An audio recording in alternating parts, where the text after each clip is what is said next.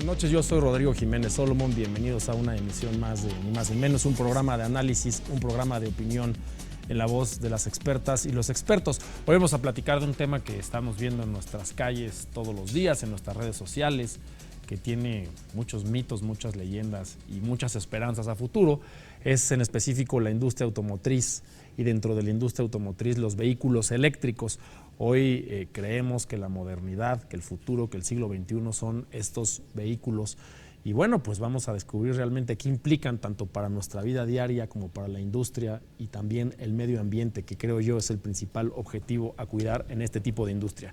Doy la bienvenida y agradezco que estén conmigo tres doctores especialistas en la materia y quiero presentar al doctor Irving Cázares. Bienvenido, Irving, eres ingeniero biónico y además un experto en la materia. Así es, Rodrigo, buenas noches. Bienvenido. Al doctor Alfredo Santana. Alfredo es director asociado del Departamento Regional de Mecatrónica del TEC de Monterrey. Además, pues estás en la academia todavía con los estudiantes, palpando a las nuevas generaciones y lo que piensan al respecto. Así es, muchas gracias Bienvenido, por la invitación. Alfredo. Y al doctor Rogelio González Oropesa, además de ser ingeniero y doctor por la Universidad Politécnica de Valencia, fue el responsable del Laboratorio de Control de Emisiones en la UNAM y un experto en todo lo que tiene que ver con medio ambiente, pero ya en la materia, no solamente en el texto, sino realmente lo que implican las emisiones hoy en el mundo que tiene un calentamiento global. Bienvenido, doctor. Así es, Rodrigo. Bienvenido. Gracias, muy amable. Pues intentaré dar una breve introducción sobre la industria de vehículos eléctricos. Hoy hay grandes empresas en el mundo,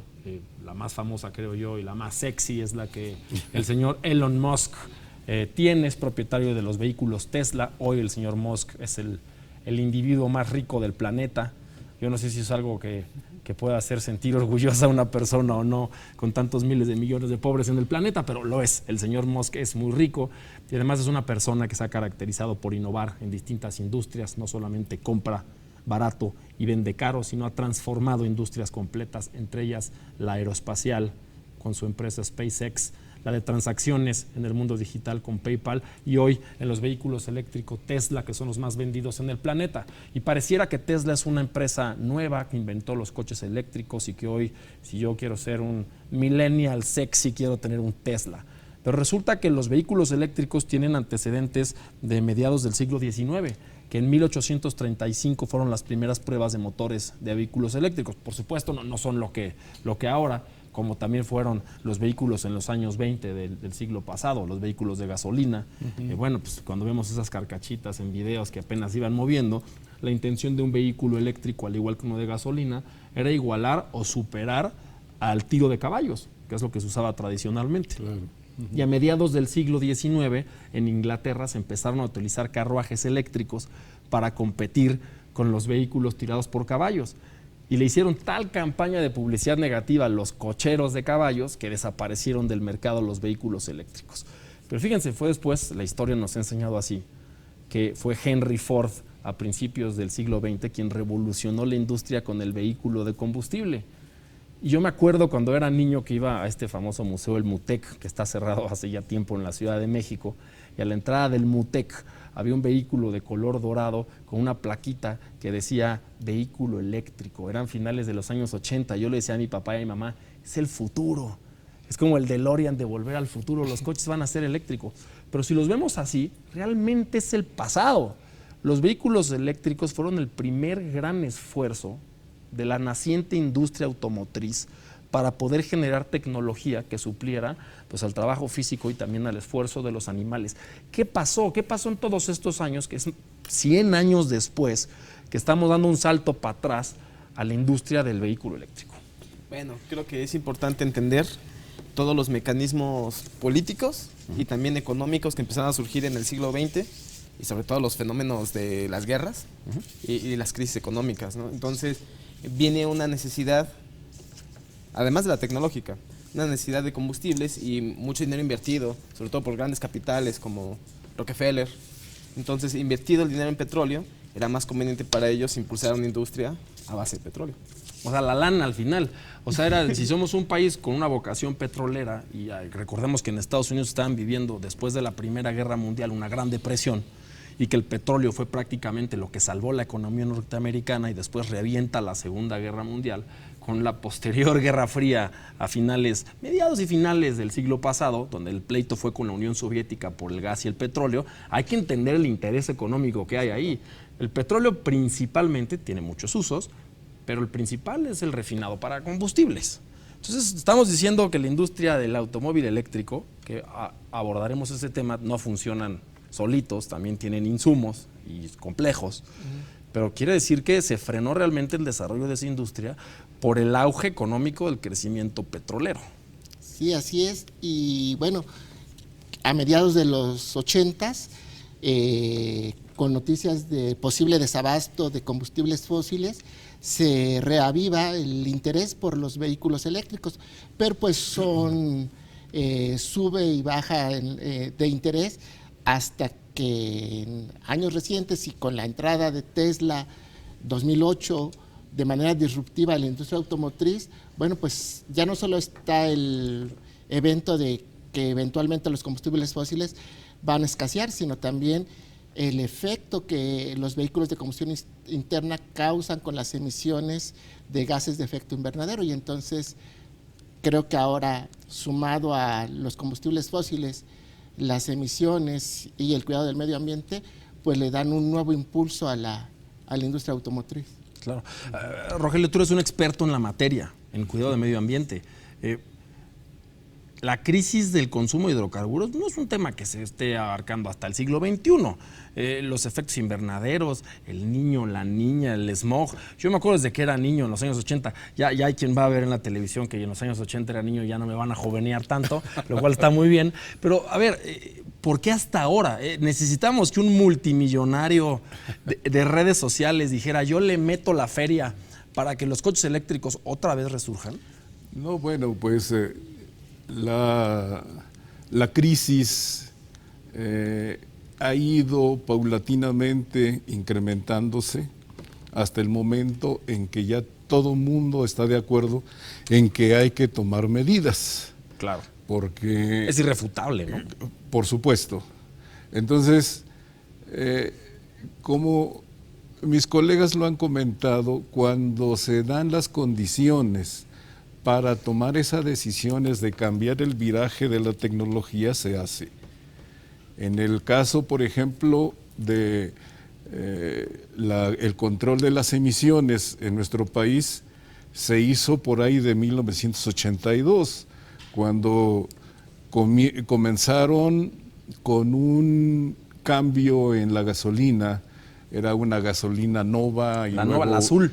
Y luego a una gasolina Plus o algo por el estilo. Luego fue la Magna, la verde, me acuerdo. Y de un día a otro, claro, la ciudad amaneció con una neblina terrible, que todo el mundo nos preguntamos: ¿y ahora qué pasó?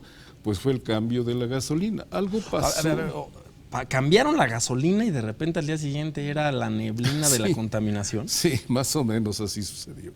Entonces, se tomaron medidas para eso. Yo recuerdo que entonces ya trabajaba en la universidad y comentamos que teníamos que hacer algo, que teníamos el compromiso de hacer algo. Y entonces dijimos, bueno, pues tenemos que meternos a ver qué es lo que pasa con las emisiones de los combustibles, de los motores, y tenemos que averiguar de qué manera podemos remediar esta situación. Claro. Y entonces fue cuando propusimos la creación de un laboratorio en la universidad de control de emisiones. Y sí se logró, pero paulatinamente. Hasta 1994 es que pudimos echarlo a funcionar. 12 años después. 12 años después. Y sí. He escuchado, sobre todo a representantes del sector automotriz en México. Yo fui en su momento subsecretario de Fomento Industrial en el Estado, y la industria automotriz decía, sí, no cabe duda y no negamos que la industria automotriz contamina. Hacemos esfuerzos grandes para ir reduciendo esos contaminantes, pero no es el principal factor de contaminación medioambiental en el Valle de México. Eso es cierto. Dicen, las plantas, las fábricas generan mucho más contaminación, porque hace unos meses que tuvimos las contingencias que al inicio del verano siempre suceden en el Valle de México y aplican el famoso no circula y pues no baja la contaminación hasta que llueve. Mucha gente lo que dice es, por ejemplo, pues es que la refinería que está en Tula es la que nos está invadiendo de smog. ¿Es cierto eso? O sea, ¿cuál es el impacto real? Efectivamente, hay emisiones incluso por los mismos vegetales, los árboles, ¿no? Pero hay que contextualizar bien estas declaraciones.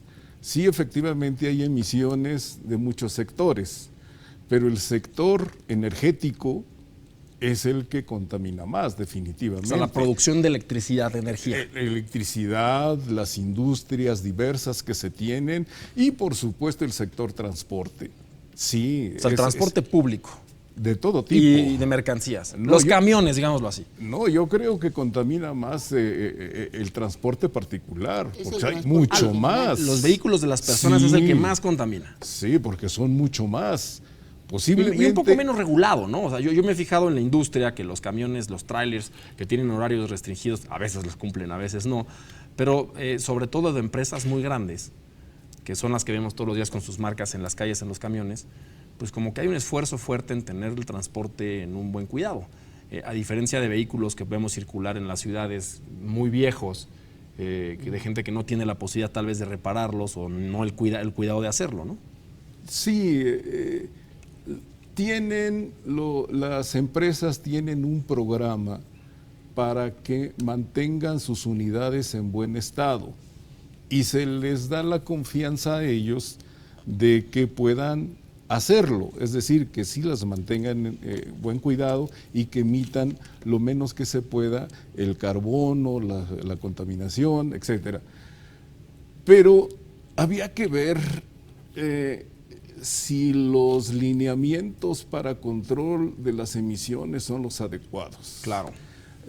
Las normas que tenemos hoy en día son un producto de investigación, pero documental.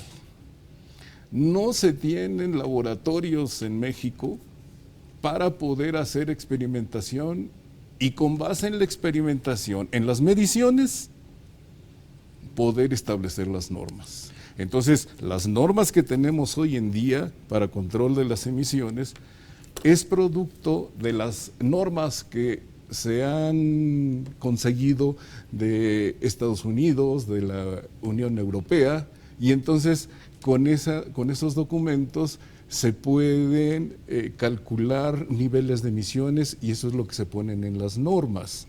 Para los vehículos nuevos es más crítico. Los vehículos nuevos traen un certificado de que contamina mi vehículo nuevo, fulanito de tal, tanto, y entonces cumple con la norma que tú trajiste de Estados Unidos o de la Unión Europea, y entonces dame permiso de venderlo.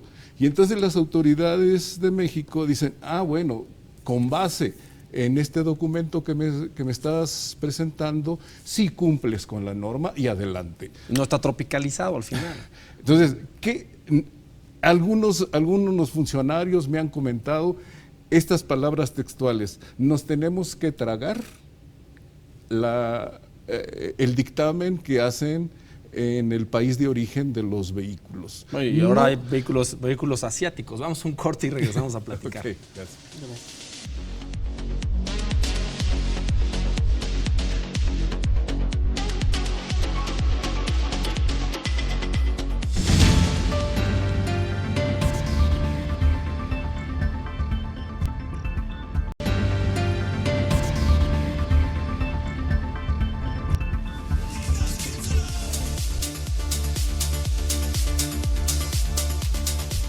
Estamos de vuelta platicando de la industria de los autos eléctricos en el mundo y en México y de muchas cosas que se han adecuado en el tiempo.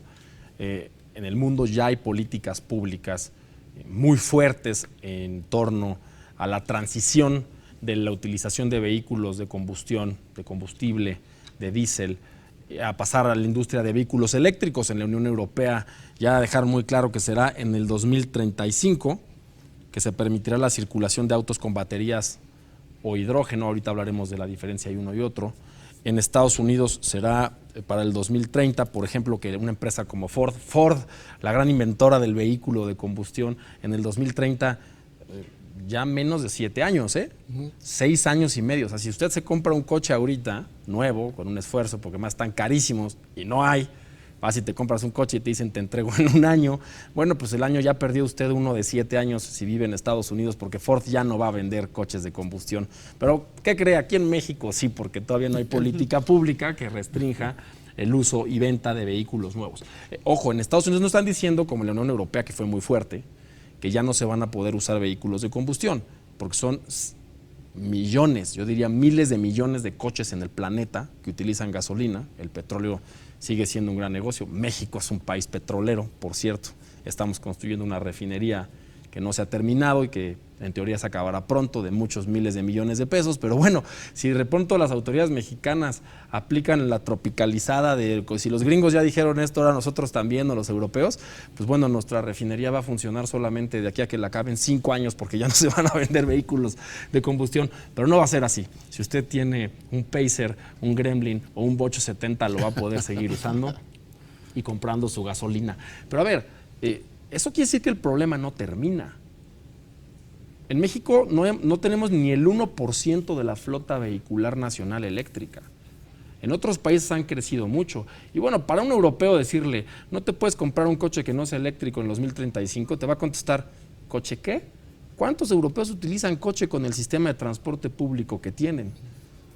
¿Me explico? O sea, realmente una de las apuestas europeas, más allá de la limitación de la distribución, venta y compra de vehículos de combustión, pues es ponerte un transporte público eficiente y seguro y limpio enfrente. Realmente es una de las cosas que tenemos que hacer. Y otra que hemos escuchado mucho es que pues las baterías no solamente son costosas, también contaminan mucho. El litio es el nuevo oro, el nuevo platino del planeta. ¿Cómo se hace un vehículo eléctrico? ¿Cómo funciona un vehículo eléctrico?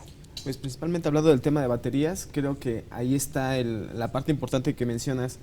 Hay empresas como Toyota que tienen la apuesta a no dejarlo solo a un solo sistema, no dejar que sea solo eléctrico, que el consumidor pueda decidir. Tienen apuestas hacia vehículos híbridos, y mencionaste un poco del hidrógeno, pero de combustión de hidrógeno. ¿Cuál es la diferencia entre un vehículo eléctrico y un vehículo híbrido? Bueno, el vehículo híbrido combina por lo menos 2 sistemas de combustión o de desplazamiento diferente. Puede tener un motor eléctrico y que funcione con baterías, y otro sistema de energía, un motor de gasolina que también propulse el sistema. O algunos casos de un motor de gasolina que alimenta la generación de electricidad para el vehículo eléctrico, para el motor eléctrico. Así se ahorra un poquito en el costo de baterías. O sea, hay coches que son absolutamente eléctricos, como los Tesla, que hay que cargar todas las noches, y si no lo cargas no arranca. Incluso no suenan, eso es muy interesante, ¿no? Lo arrancas y dices, ya prendió, no prendió, en la calle tampoco te escuchan. Y los vehículos híbridos son los que tienen 2 sistemas. O sea, sí utilizo combustible, pero también tengo un motor eléctrico de apoyo o viceversa que me ayuda a consumir menos gasolina. Y entiendo que hay 2 tipos de vehículos, los que tienes que conectar, aunque tengan combustión, y los que no. Y son carísimos. Claro. Y sí implican un ahorro sustancial de combustible. O sea, un vehículo híbrido sí implica que gastas mucho menos combustible. Sí, sí implica un ahorro sustancial de combustible. Estamos hablando que un vehículo de combustión en promedio pues puede dar 10 kilómetros por litro, un vehículo híbrido, combustión eléctrico, 20 kilómetros por litro. En el caso de los vehículos eléctricos, el costo por kilómetro es más barato. Estamos hablando que a lo mejor es la tercera parte de lo que nos cuesta el kilómetro en gasolina. Ahora, regresando al tema del hidrógeno, el hidrógeno tiene 2 formas de utilizarse en el automóvil. Una, directamente quemándolo, como si fuera un vehículo a combustión, y otra, a través de una celda de combustible, convirtiendo ese hidrógeno en electricidad y, bueno, pues propulsando el vehículo. De acuerdo, o sea, hoy la mayoría de las baterías que utilizan los vehículos híbridos o eléctricos son de litio. Sí. Estados Unidos tiene poco litio. México tiene litio. China, que es la reina de la producción de las baterías hoy, con eso está agarrando toda la industria, tiene litio. El presidente de la República hace apenas un par de años declaró el litio como un bien de la nación y lo protegió absolutamente para que solamente lo pueda explotar el Estado. Pero la desventaja que está existiendo en el mundo es que muchos televidentes saben, otros si no lo saben, es que el litio también se utiliza para generar medicamentos, principalmente para personas que padecen de salud mental y tienen que consumir litio. Y hay una escasez brutal de litio en el mundo. O sea, la producción de baterías ha hecho que el enfoque del litio se vaya a esa industria. Y además, yo he escuchado, corríjanme si estoy incorrecto, que contamina mucho obtener el litio y que además tiene una vida útil bastante chica, ¿no? ¿Cuánto tiempo dura una batería de litio promedio de un coche? Los coches comerciales tienen en promedio 7 años de vida las baterías de litio. Se está trabajando en duplicar el número de años.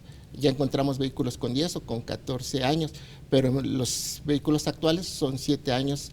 El fabricante te garantiza la batería 7 años. Al término de ese tiempo, empresas como Tesla están pensando en otras soluciones, los muros de energía, donde se les da una segunda utilidad a las baterías de litio para almacenar energía de paneles solares, por ejemplo. Una especie de reciclaje, pero a ver, un vehículo híbrido en México es mucho más caro que un vehículo de gasolina. Tiene ventajas, consume menos gasolina, no pagan tenencia, algunas casetas de autopistas de paga en México tienen descuentos, hay incentivos fiscales para tener un vehículo que contamina menos. Si hay contingencias en el Valle de México, no les aplica el no circula, pero a ver, pensar en cambiar las baterías de tu coche a 7 años, debe de ser muy caro cambiar las baterías de un coche. En promedio, ¿cuánto te debe de costar cambiar las baterías de un coche? Actualmente el costo del vehículo, las baterías representan el 30%, entonces si es caro, también esperamos que con el tiempo decrezcan los costos, pero en este momento sí sería caro. O sea, si tú compras un vehículo de 500,000 pesos híbrido, que pues, es de los más baratos que vas a encontrar híbridos en el mercado, quiere decir que en 7 años te va a costar cambiar las baterías 150,000 pesos. Digo, yo creo que para muchos mexicanos pensar cambiar su coche en 7 años es un gran lujo, más con los créditos que hay. Eso lo hace un poco inviable financieramente para las familias de nuestro país, porque además no solo eso, dices, bueno, ya voy a cambiar mi coche, ya tiene 5 años, lo voy a revender, tiene un buen costo de mercado, vendo un coche, digamos, cerca de 100,000 kilómetros, porque lo cuidé bien, le hice servicios bien cuidadito, no lo choqué, pero pues ¿quién te lo va a comprar con 2 años de uso de batería? Está difícil, o sea, suena solo los que tienen Tesla como Elon Musk, ¿no? Eso es un problema, pero por ejemplo, Canadá, que tiene más experiencia que nosotros en el uso de vehículos eléctricos, ellos ya están experimentando el uso de vehículos eléctricos usados, y entonces en este caso el gobierno da incentivos para que si una persona accede a comprar un vehículo usado, tenga un bono para que también compre las baterías. Ya, y leí además que Estados Unidos, que el presidente Biden ha sido visionario en el tema y ha identificado una necesidad real, porque el esfuerzo de los últimos 100 años de los gobiernos es pues poner gasolinerías en todos los rincones del país para que logísticamente incluso el comercio pueda funcionar. En las carreteras tiene que haber gasolinerías, en los pueblos, en las ciudades, etcétera, ¿no? Ahí decía una famosa guía de color rojo donde estaban las gasolinerías y planeábamos nuestros viajes. Hoy las aplicaciones móviles te lo dicen. Pero los puntos de carga eléctrica son un problema hoy en el mundo. Sí. Porque además la autonomía de los vehículos eléctricos es menor a la de las gasolinas. Un vehículo de gasolina hoy te puede dar 600, 700 kilómetros. Un vehículo eléctrico en promedio hoy te da 350 kilómetros. Es poco. O sea, la mayoría de los vehículos eléctricos no te dan para ir de Toluca a Acapulco, por ejemplo, ¿no? O sea, hay que recargar. Y no es como la gasolina que pues, te paras y en 2-3 minutos ya está cargado. Te toma horas. El presidente Biden, anteponiendo esta situación, está invirtiendo más de $1,800 millones solamente para hacer puntos públicos de recarga vehicular. Eso quiere decir que el Estado americano está invirtiendo para que tú puedas recargar en cualquier lugar. Y eso implica mucho dinero. O sea, está diciendo incentivo además que puedas recargar. Y acaba de publicar que va a gastar cerca de $380 millones en un plan de reciclaje de baterías para darles un segundo uso. Eso suena bien si eres el usuario de un vehículo eléctrico, porque quiere decir que te van a comprar tu batería. Si hoy yo voy a una agencia mexicana de vehículos eléctricos y le tengo que cambiar las baterías a mi coche, sé que no hemos llegado a esa edad de vehículos eléctricos, pero en 3 años habrá quien ya esté ahí. Pues yo quiero ver quién me compra mis baterías. Más bien la agencia te va a decir, pues te pongo unas nuevas por 150,000 pesos y pues estas, es más, págame porque yo las tengo que quedar y son peligrosas y son de litio y contaminan la tierra. A ver, es un problema inminente el que tenemos ahí. Sí, yo creo que parte de la problemática es un cambio de conducta. Algo que nos mencionaba un ingeniero de General Motors hace unos meses es que debe de haber un cambio de paradigma desde el comportamiento del conductor. O sea, saber que no vas a tener la posibilidad de cargar en cada esquina, aunque se haga la inversión, y no se va a cargar en 3 minutos. Hay que tener un cambio de conducta en el conductor. Creo que ese ha sido uno de los grandes problemas por resolver en la investigación, lograr que los vehículos se puedan cargar más rápido, vehículos eléctricos. Sí, de acuerdo. Pensar que te tienes que parar y hablemos de una carga rápida, ¿no? Ya hay cargas de inducción, pensar en media hora, decir ya en media hora lo lograste, que suena, hoy no es así, ¿eh? Hoy un cargador rápido te toma mucho tiempo, varias horas. Media hora parado en la carretera, en mi camino hacia tal lugar, en quién sabe dónde del país, pues hasta miedo da ir con la familia, ¿no? La verdad, decir, híjole, me estoy parando a la mitad de la carretera aquí media hora, pues todo es foco rojo, ¿no? O también puede motivar, si se planea conjuntamente entre autoridades municipales, estatales y federales, a un ciclo de consumo nuevo. Yo me acuerdo mucho en los años 90 que se inauguró por el presidente Salinas la autopista del Sol. ¿Se acuerdan? Fue un cambio, un paradigma fuerte en México, porque fue una gran autopista que se hizo, que nos puso a Acapulco a escasas 3 horas de la Ciudad de México. Iguala desapareció. En ese momento Iguala se perdió económicamente. Iguala era una ciudad de paso por la carretera libre a Acapulco, donde la mayoría de la gente era la parada. Digo, eran muchas horas a Acapulco, entonces te caía bien, decías, no, pues me paro en Iguala, cargo gasolina, como con mi familia, y hoy Iguala pues está en el olvido del país. Tal vez tendríamos que regresar a algo de ese estilo, ¿no? Es decir, la logística y la planeación familiar o comercial tiene que cambiar a, como en las carreras, un pit stop de un ratito para cargar y pues, consumes algo, etcétera, y puede ser un buen ciclo económico nuevo. Pero es un reto mayor. Sí, por supuesto. Sin embargo, bueno, pues sí tenemos que pensar cuál es el mejor escenario para el uso de vehículos eléctricos. Mencionaba Rogelio, pues quizá en el sector del transporte, las flotas de vehículos eléctricos para transporte de mercancías, para el transporte de personal, pues es un buen uso de los autos eléctricos, y quizá para el uso personal debemos diferir un poco más el tiempo en el que vamos a hacer la transferencia hacia vehículos eléctricos, y a lo mejor pues empujar para que los costos de los vehículos híbridos sean más accesibles y podamos hacer una transición que nos permita que de un lado pues las materias primas se aseguren que se abastecen para todos, que haya electrolineras. En este Electrolineras momento, me gusta, claro. En este momento no hay, y bueno, que de alguna forma vamos aportando poco a poco para reducir las emisiones, que no hemos hablado de que, bueno, pues cómo obtenemos la electricidad en México, ¿no? Claro, que es un punto de partida. Vamos un corte y regresamos a platicar esto.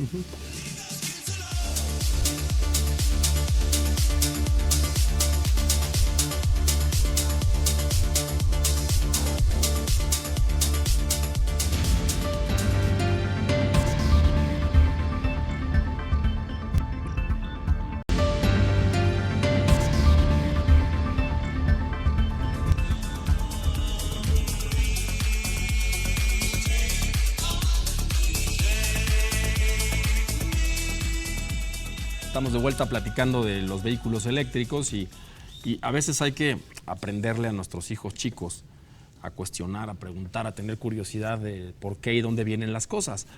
Suena muy bonito pensar que uno carga con un enchufe su coche, que ya no tiene un escape, que ya no emite ningún tipo de humo al medio ambiente y que pues uno está contribuyendo a no sobrecalentar más el planeta. Pero ¿de dónde viene la energía que recarga ese coche y cómo se genera? Sería una pregunta lógica. Hoy no solamente conocemos, sino que adoptamos y estamos todos de acuerdo en que la producción mundial de energía debe de ser sostenible, debe de ser aprovechada a través de ciertos medios que no dañan el medio ambiente, como el sol, como el viento, como el océano, como la geotermia, pero sigue produciéndose en el planeta, y lo vimos ahora que reventó hace apenas un poco más de un año la guerra en Ucrania, sigue utilizándose el carbón sigue utilizándose la gasolina, siguen utilizándose el gas natural en todo el mundo, inclusive en Europa, para tener calefacción en sus casas. Entonces, en México, ¿cuál es el reto? Porque cada gasolinería que cierre porque hay más vehículos eléctricos implica que en nuestro país la Comisión Federal de Electricidad, la CFE, tiene que producir pues mucho más luz, para decirlo en un sentido coloquial. ¿Cómo estamos en ese sentido? Sí, bueno, voy a referir algunos datos que me parecen muy interesantes para el público, porque nos da un panorama. Antes de abordar el tema que comentas. Sí, adelante. Los autos eléctricos de venta en México tienen los siguientes precios: desde 343,000 pesos con una autonomía de 100 kilómetros hasta el Tesla de 3,390,000 pesos, pero con una autonomía de 637 kilómetros. Entonces, y así tenemos una serie de variaciones en el precio y en la autonomía de estos vehículos. Entonces, sí se empieza a detectar algunos problemas en cuanto a la recarga, a la reposta de estos vehículos. Entonces, sí es muy importante que nosotros estemos pensando en qué se va a hacer con la logística de suministro de energía para ellos. Y sí se está pensando en ellos, pero no lo suficiente. ¿Y qué tanto se debe de invertir y de hacer al respecto? Nosotros estamos trabajando en unas proyecciones para los años 30, 40 y 50 respecto a la cantidad de vehículos que tenemos actualmente, la que se va a requerir y los combustibles que se van a necesitar.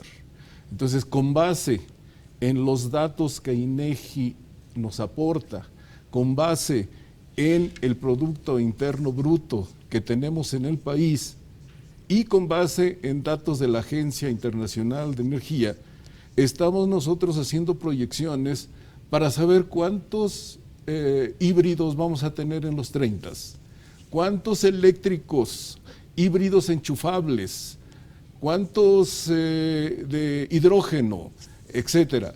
Eso yo creo que a las autoridades competentes le van a servir. Es un proyectito que tenemos en la universidad, en la UNAM, para que tengamos estas expectativas. Y ya que se mencionó, hay que ver cuáles son las fuentes de energía, de dónde se van a abastecer, claro, y cómo funciona esto. No nos vayan a poner una planta de carbón en Lerma para abastecer a los vehículos eléctricos, ¿me explico? O sea, hay que tirar y apostar también a la autogeneración. Hay estos panoramas para combatir el calentamiento global. Primero, los combustibles, biocombustibles, mejor dicho. Luego, los combustibles que se obtienen a partir del dióxido de carbono y del hidrógeno. El mismo hidrógeno y luego la fuente eléctrica. Algunos de estos métodos son más lentos que otros.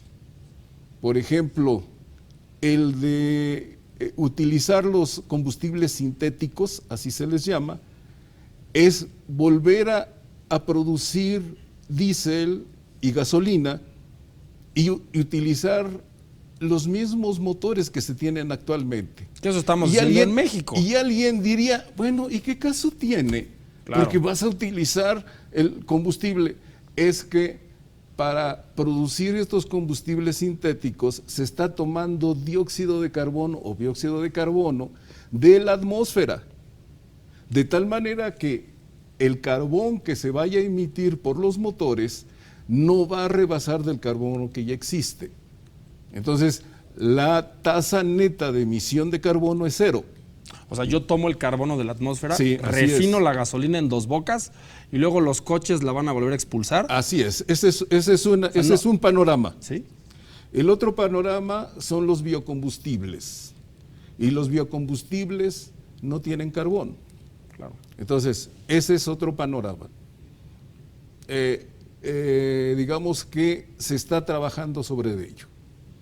El siguiente es utilizar el hidrógeno utilizando la electrólisis Sí. para producir ese hidrógeno. Que hidrógeno está Y- lleno nuestro planeta de hidrógeno. El universo. Nada más que El universo, exacto. Nada más que hay que ver que el hidrógeno, una vez, primero, producirlo en las cantidades necesarias no es sencillo. No, todo debe de claro. representar un reto. Claro, Igual que claro. las nuevas baterías de sodio, que el sodio pues está en el mar. Sí. ¿No? Me suena mejor que el litio, no se lo quitamos a las personas que lo necesitan consumir y no minas la tierra. Claro. Pero claro que es un reto y es Claro. innovar e invertir dinero Claro. para que los procesos industriales crezcan a tal nivel que se pueda lograr. Pero así lo hicieron la combustión de combustibles, la combustión de hidrocarburos. Sí. Pues en la historia pues son más de 100 años con mucha inversión porque ha sido negocio, ¿no? Así es. Hay muchas empresas automotrices que le están apostando mucho al hidrógeno, bastante. No solamente para las pilas de combustible o celdas de combustión, que también se les llama, sino para meterlo a la cámara de combustión. ¿Y es estable? Porque mucha gente sabe, hemos escuchado hasta de las bombas de hidrógeno, o sea, A ver. es un reto, ¿no? Nosotros ver, hemos conocido investigación al respecto y en un 2% es muy poco, puede mejorar la combustión. Más allá del 2% mezclarlo con un combustible, necesitamos nuevos motores para que soporten esas presiones que se generan. Entonces, en lo inmediato no, pero si se dedican recursos a la investigación, por supuesto que podría ser una Suena fuente. un poco inviable pensar en dediquen recursos a la investigación para transformar a la industria, cuando es una industria que no puede parar. Estamos sufriendo, las personas en el planeta, los retrasos logísticos de la entrega de vehículos nuevos. Tiene un impacto muy fuerte en el comercio y en la vida de las personas. No se puede parar para pensar e innovar. Más bien, esto se ha tenido que hacer a la par y lo que parece hoy, no soy un experto, ustedes lo son, en el mundo automotriz, es que lo que ha tenido un impulso fuerte es el autoeléctrico. Es el que está ganando un poco la partida de la innovación. Sí, claro, probablemente por lo que mencionábamos al inicio, tiene mucho más tiempo de desarrollo, a diferencia de, por ejemplo, la combustión de hidrógeno. Pero creo que sí hay empresas, como menciona Rogelio, empresas importantes como Toyota, que hizo un Corolla, ya hizo un Corolla que es deportivo, es para usos deportivos, no para uso comercial, pero ya combustiona hidrógeno de manera estable. Y tiene sus propios tanques para evitar que exploten y hacen una implosión en caso de emergencia, implosionan en lo que se lleva a un centro de mantenimiento. Entonces creo que hay unas apuestas importantes. Toyota pues, es la empresa, yo creo que la que más vende vehículos. El Corolla fue el auto más vendido a principios de los 2000. ¿Y quién te carga el hidrógeno? ¿Ya viene precargado o cómo funciona? Ese es el otro asunto. A ver, el hidrógeno, una vez, sí hay plantitas ya para generación de hidrógeno, pero hay que conservarlo a una presión alta para que uno se dé idea de cuál es la presión que se necesita para conservar el hidrógeno. Sabemos que la presión de los neumáticos de los coches se tiene más o menos a 30 libras sobre pulgada cuadrada. Eso significan 2 bares de presión. Bueno, la presión del hidrógeno que se requiere son 700 bares. No hay que, Entonces, no hay que picarlo. Porque... no es sencillo. No es sencillo. No es sencillo, pero ya se está trabajando sobre ello. Es más, nosotros nos hemos atrevido en el grupo en el que yo trabajo en proponer el desarrollo de un motor de combustión utilizando hidrógeno. Y lo vamos a hacer.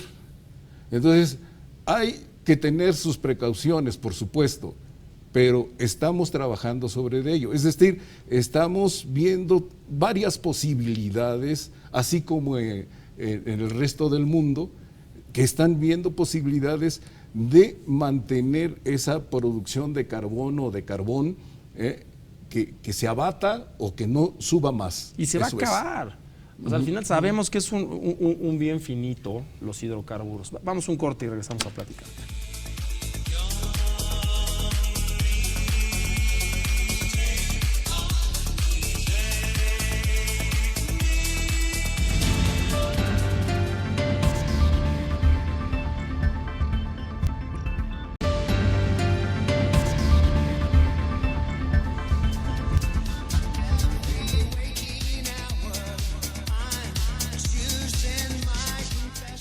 La necesidad. Estamos de vuelta ni más ni menos platicando de los vehículos eléctricos y decíamos en el corte que los vehículos eléctricos llegaron para quedarse. Es innegable su funcionamiento, su alta velocidad, su contribución a contaminar menos el medio ambiente, pero que en la curva de la producción de vehículos eléctricos y su consumo en el planeta no hemos llegado aún en la industria automotriz, no han llegado en la industria automotriz a el momento en el cual necesitan producir baterías para la venta de vehículos nuevos, pero también para el reemplazo de todos aquellos que ya van a requerir cambiarlas. Y eso va a ser un poco una crisis porque el control del litio a nivel mundial y la producción de baterías tiene una merma importante. Se está desarrollando tecnología para lograr otro tipo de baterías, pero la tecnología, sus pruebas, su eficiencia, su eficacia toma años, aun y cuando pueda haber inversiones multimillonarias ahí. Los chinos, por ejemplo, tienen una política pública que me parece interesante, mucho menos extrema que la de los europeos, que es ya no se van a vender vehículos eléctricos. Los chinos dijeron que para el 2035 ya no van a producir en sus plantas en China vehículos que no sean eléctricos. Pero ojo, eso no quiere decir que en China no se van a vender vehículos de combustible. Y lo que están haciendo los chinos es que todas sus plantas de vehículos de combustible las están trasladando a offshoring, como a México. O sea, las están instalando en México. Entonces los chinos dicen, yo voy a ser el supplier del mundo de vehículos eléctricos, porque es lo que voy a producir aquí. Esa es su visión a largo plazo, ¿no? Los chinos son los amos del largo plazo, ¿no? Piensan no a 5 días, piensan a 100, 150 años. Pues gobiernan un mismo partido y además tienen un régimen importante y particular. Pero entonces podríamos concluir que el vehículo eléctrico es una solución importante para la contención de la contaminación.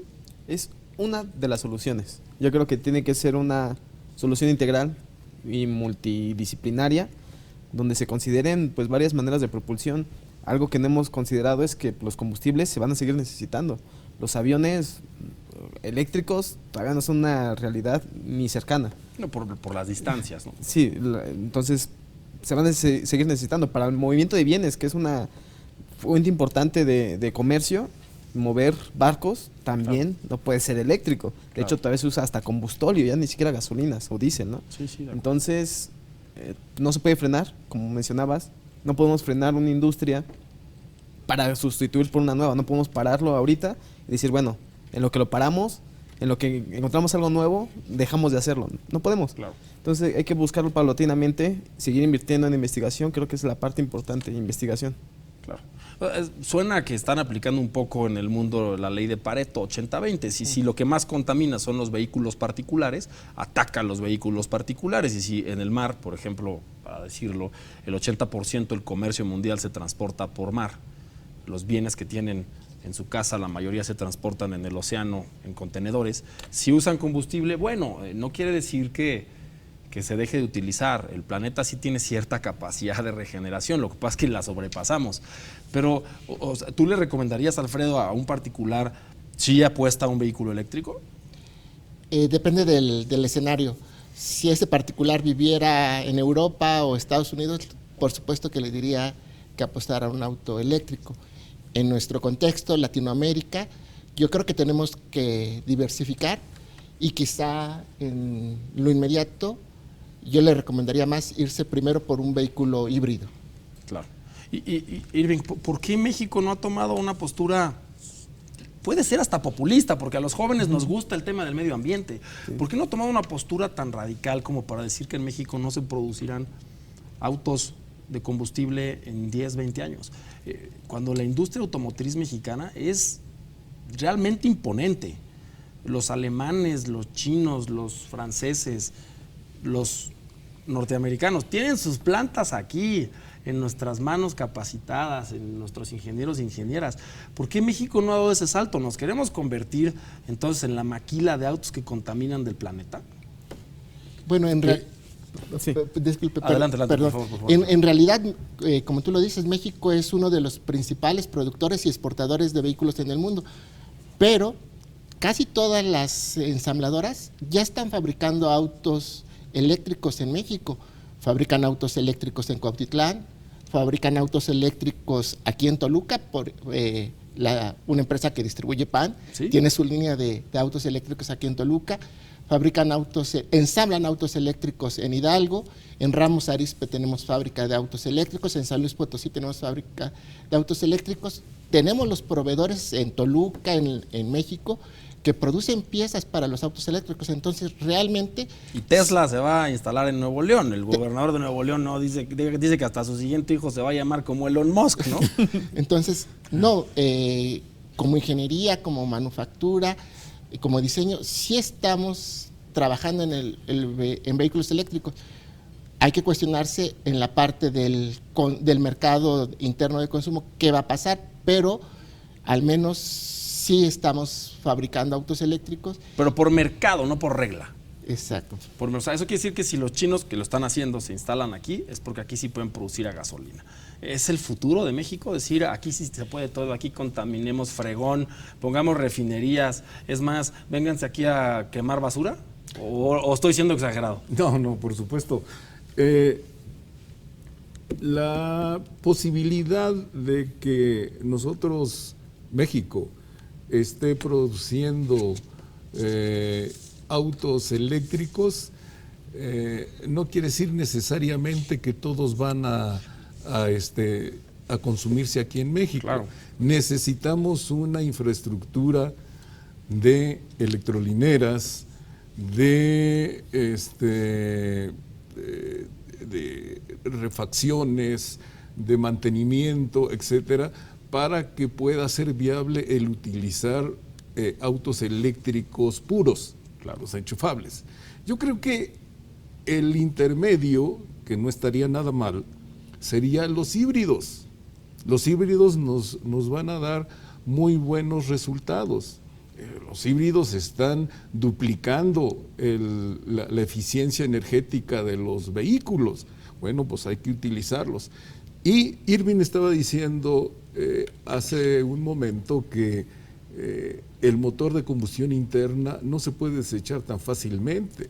Entonces, un avión de 700 pasajeros no puede utilizar motores eléctricos, tiene que tener un empuje de las turbinas suficiente para que pueda desplazarse. Un carguero que se lleva 500, 1000 contenedores no va a poder funcionar con un motor eléctrico. Necesitan los motores de combustión interna y por eso precisamente sigue la idea de preservarse el motor de combustión interna. Ahora sí, se está trabajando para que se tenga mejor eficiencia y menos emisiones contaminantes. Claro. Por eso están trabajando con el hidrógeno para que se inyecte directamente a la cámara de combustión. Eso es... Alemania se está oponiendo a que Europa deje de producir motores de combustión interna para el 35 y parece que lo está logrando con los combustibles estos que decía, los combustibles sintéticos. Entonces, yo creo que no se puede decir algo tan tajante.